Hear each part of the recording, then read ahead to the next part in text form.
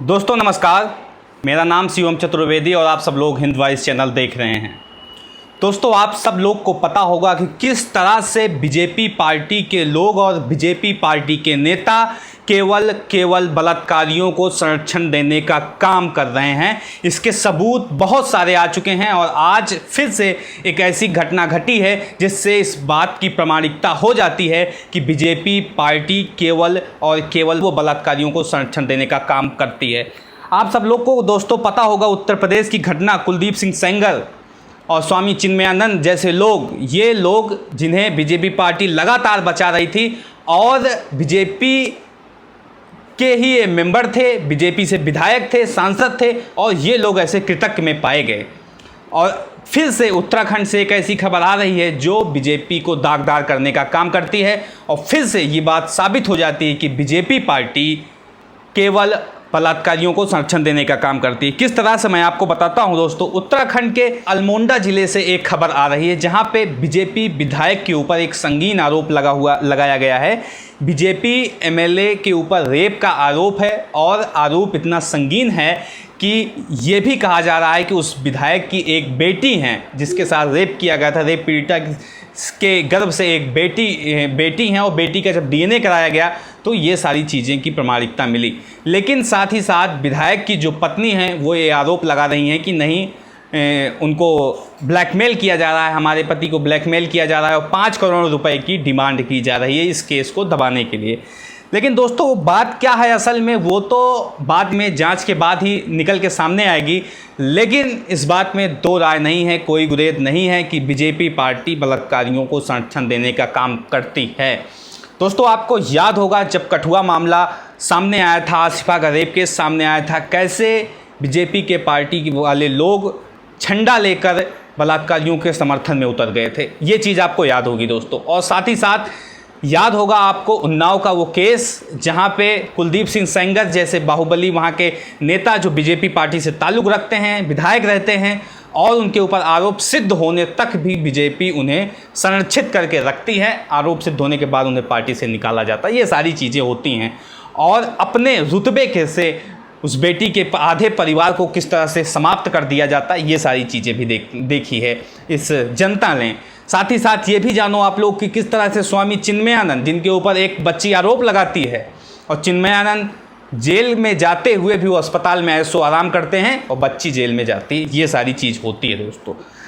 अब इसके बाद एक बात और मैं करना चाहूँगा दोस्तों, यूपी में राम राज्य की योगी सरकार इस बात की लगातार घोषणा करती रहती है कि उत्तर प्रदेश में अब तो राम राज्य है और राम जन्मभूमि की अब तो भूमि पूजन भी हो गया है, राम मंदिर की स्थापना भी शुरू हो गई है, बनने की प्रक्रिया भी शुरू हो गई है।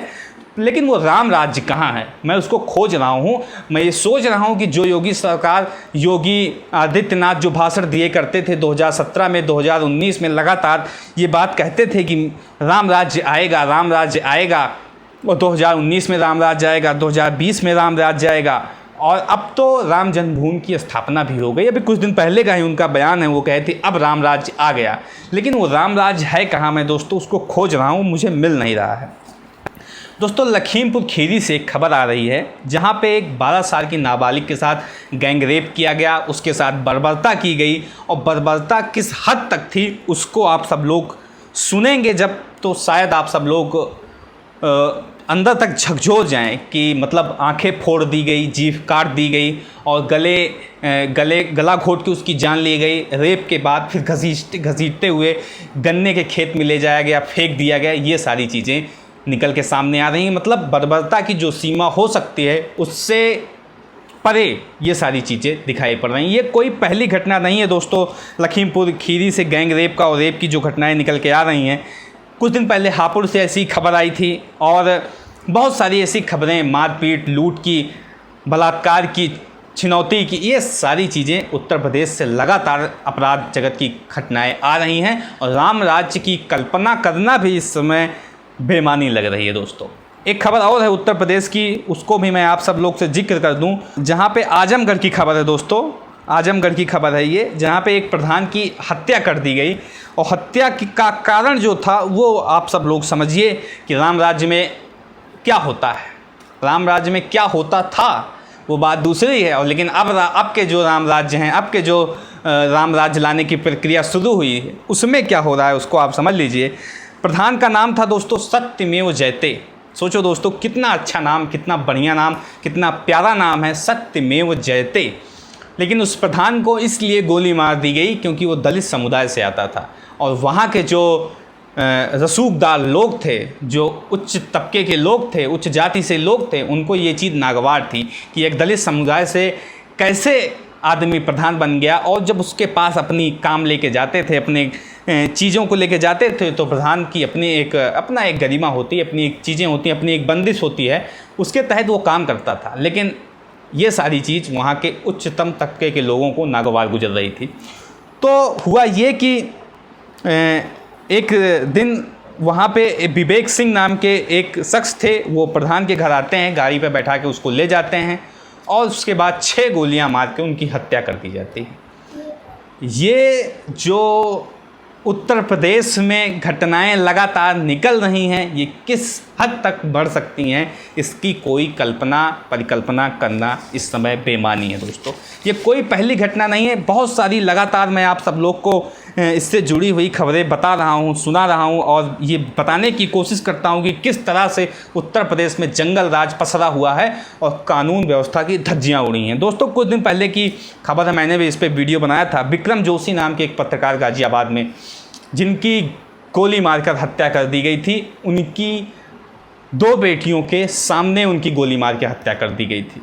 और मसला क्या था कि उनकी भांजी थी, उनको छेड़ा जा रहा था। वहाँ के लोकल गुंडों द्वारा पुलिस में कंप्लेन की गई, पुलिस ने कोई कार्रवाई नहीं की, और जिस दिन उनकी गोली मार कर हत्या की गई, उसके आधे घंटे पहले भी विक्रम जोशी ने पुलिस वालों को फ़ोन करके इत्तला की थी कि मेरी जान खतरे में है, मुझे पुलिस की रिक्वायरमेंट है। लेकिन पुलिस ने कहा कि अभी नहीं हो सकता, हम भी नहीं आ सकते, हम सुबह आएंगे। और फिर हुआ कुछ इस तरह की, उनकी हत्या कर दी गई। आपको एक खबर और पता होगा दोस्तों, अमेठी की थी, जहां पे एक सेना के जवान के पिता को गोली मार के पीट कर उसके घर में घुसकर उसको पीट कर उसकी हत्या कर दी गई। ये सारी चीज़ें खबर जो निकल रही है दोस्तों, बहुत ही गंभीर हैं दोस्तों, समझिए आप सब लोग इसे। तो दोस्तों, ये जो समस्याएं हैं, इससे योगी सरकार कैसे लड़ेगी, किस तरह से इससे डील करेगी, ये समस्याएं बहुत गंभीर है दोस्तों। और हालात जो उत्तर प्रदेश के हैं, इस कदर बिगड़ते हुए चले जा रहे हैं कि बद से बदतर होते चले जा रहे हैं। इसको क्या कहा जाए, राम राज्य कहा जाए, योगी राज कहा जाए, मोदी राज कहा जाए, कि कौन सा राज कहा जाए, ये सब कुछ समझ में नहीं आ रही बातें। और सरकार इससे किस तरह से डील करेगी, इसका भी कुछ अभी अता पता नहीं है दोस्तों। तो दोस्तों, आपको ये वीडियो कैसा लगा, इसको कमेंट बॉक्स में बताएं। साथ ही साथ वीडियो को लाइक करें, चैनल को जरूर से जरूर सब्सक्राइब करें। मिलते हैं इसी तरह किसी और वीडियो के साथ, तब तक के लिए नमस्कार।